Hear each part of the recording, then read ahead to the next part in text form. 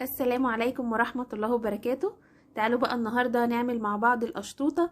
تقدري تعمليها لولادك في البيت اوفر بكتير جدا ما تشتريها من بره، او كمان تقدري تعمليها مشروع وتكسبي منها، لان طبعا تكلفتها في البيت ما تجيش اي حاجة خالص جنب سعرها. اول حاجة هبدأ بيها هي الرز بلبن. حطيت نص كوباية من الرز المغسول، حطيت عليها حوالي كوبايتين من المية، وهسيب الرز لحد ما يستوي. لو اتشرب المية ولسه ما استواش هزود مية شوية كمان لحد ما الرز يستوي معايا. هقلب فيه كده من وقت للتاني، وههدي عليه النار شوية وهسيبه لحد ما يستوي كويس. دلوقتي بعد الرز ما استوى هنزل عليه كيلو من اللبن، يكون لبن سايب وما يكونش مغلي من الكيس كده على طول. بجيبه من اللبان من الكيس بحطه على الحلة على طول. هنا انا كنت مطلعه اللبن من الفريزر فكان لسه متجمد شوية، بس اهم حاجة ما تكونيش غليتي اللبن قبل كده زي ما قلتلك من الكيس على الحلة على طول. الخطوة دي بتخلي طعمه كريمي زي بالظبط الرز بلبن اللي بنجيبه من عند اللبان. بعد كده حطيت السكر حسب الرغبة، انا حطيت حوالي 6 معالق على كيلو اللبن. هسيب بقى اللبن يغلي كويس على النار طبعا لان هو ما كانش مغلي قبل كده، فضروري جدا ان احنا نستنى عليه لحد ما يغلي. بعد كده هنزل النشا. عندي هنا 3 معالق كبار من النشا مدوباهم في شوية لبن صغيرين، هنزلهم على الرز بلبن وهبدأ ان انا اقلب على نار هادية لحد ما القوام يبدأ ان هو يتقل. بطفي عليه وبسيبه يهدى شوية علشان انا مستخدمة اطباق بلاستيك، فما ينفعش احطه في اطباق بلاستيك وهو سخن كده. سيبته هدي شوية وبعد كده وزعته على الاطباق وهسيبها لحد ما تبرد خالص، وبعد كده هدخلها التلاجة. بعد كده بدأت اجهز الاسبونش. عندي 4 بيضات، حطيت عليه معلقة كبيرة من الخل وكوباية الا ربع من السكر. حطيت كمان رشة صغيرة من الفانيليا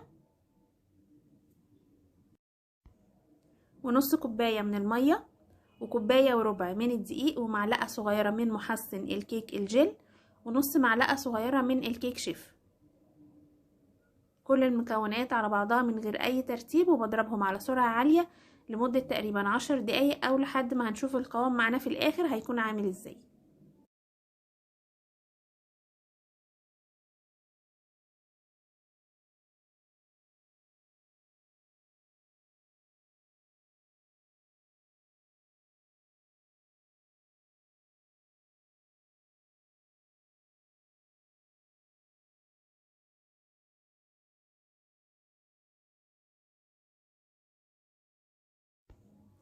كده خليط الاسبونج جاهز. جبت بقى الصينية حطيت فيها ورقة زبدة وهفضي فيها الخليط ده. بعد كده هدخلها الفرن. طبعا كنت مشغلة الفرن من قبلها بشوية على درجة حرارة 180. قعد تقريبا حوالي تلت ساعة لان هو السمك بتاعه مش تخين قوي فما اخدش معايا وقت.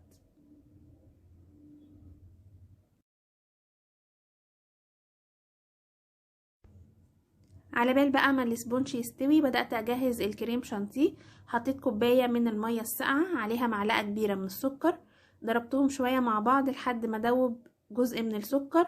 بعد كده حطيت عليه كوباية من الكريم شانتيه الخام، وحطيت عليه حوالي معلقتين او 3 من اللبن البودر.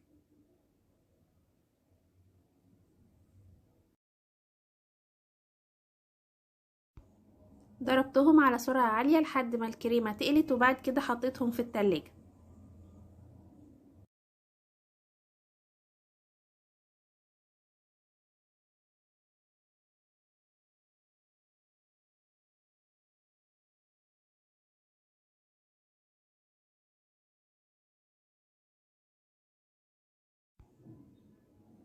في الوقت ده كان الاسبونج خلاص استوى. هخرجه بقى من الصينية واسيبه يبرد ونبدأ نطبق المكونات على بعضها. هنا عندي كوباية من اللبن بسقي بيها الاسبونج، وما تقلقيش خالص كوباية مش كتير. كل ما تديله لبن اكتر كل ما بيبقى رطب وبيكون طعمه حلو جدا. بعد كده حطيت شوية من الكريمة على وش الاسبونج وبوزعهم كده وبفردهم.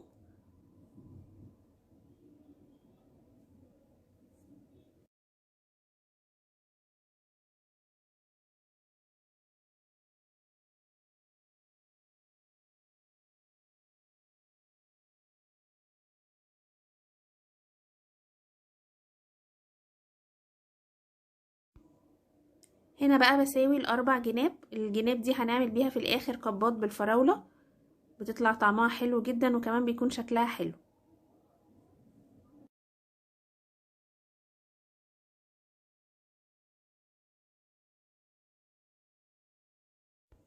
بعد كده بقسمه مربعات، انا قسمته على 8.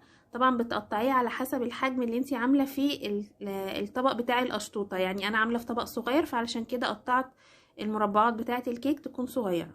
هاخد بقى كده كل قطعه، وجبت الرز بلبن من التلاجة وبحط فوق كل طبق رز بلبن قطعه من الاسبونج.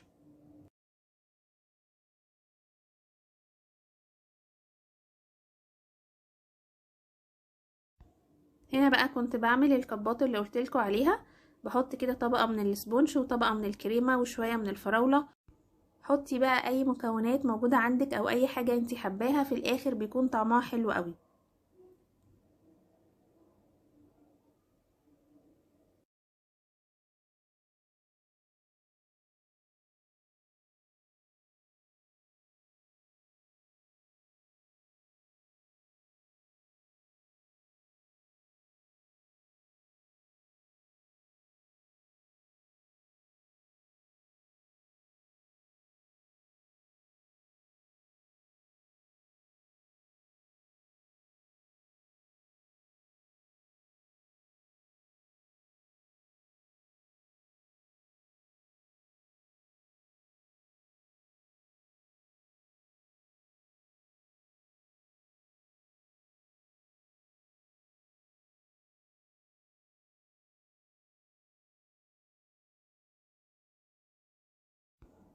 بصوا شايفين طلع شكلها حلو ازاي؟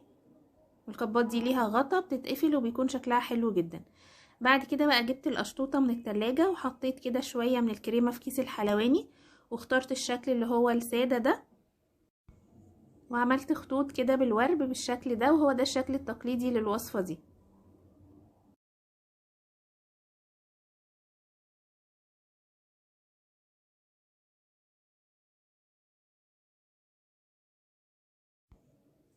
الخطوة الأخيرة بقى هنبدأ نزينهم. جبت كده أول واحدة حطيت عليها رشة من المكسرات، اي بقى نوع مكسرات، ممكن تحطي سوداني، انا هنا حاطه عين جمل على بندق على لوز على حسب المتاح. وعندي شويه من النوتيلا، انا بستخدم سما مسيحاها وحطها كده في ورقه زبده، وعملت خطوط كده على الوش بالشكل ده. ودي كده كانت اول واحده. عملت واحده برضو بنفس الشكل بالظبط. هنا بقى اخدت شويه صغيرين من زبده اللوتس بتاعه سما برضو، سيحتهم وحطيتهم في ورقه زبده، وعملت خطوط كده على 2 تانيين.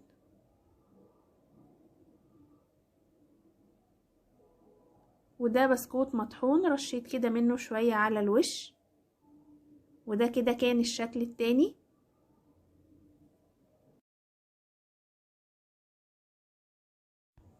اللي بعد كده بقى حطيت عليها برضو مكسرات، وحطيت عليها مربى حليب او صوص كراميل.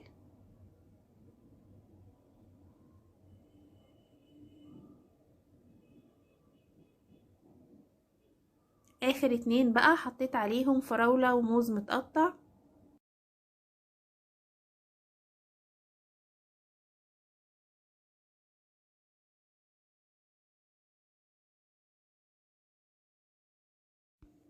كمان بعد كده حطيت عليها شوية من النوتيلا وشوية من المكسرات كده رشة بسيطة من فوق.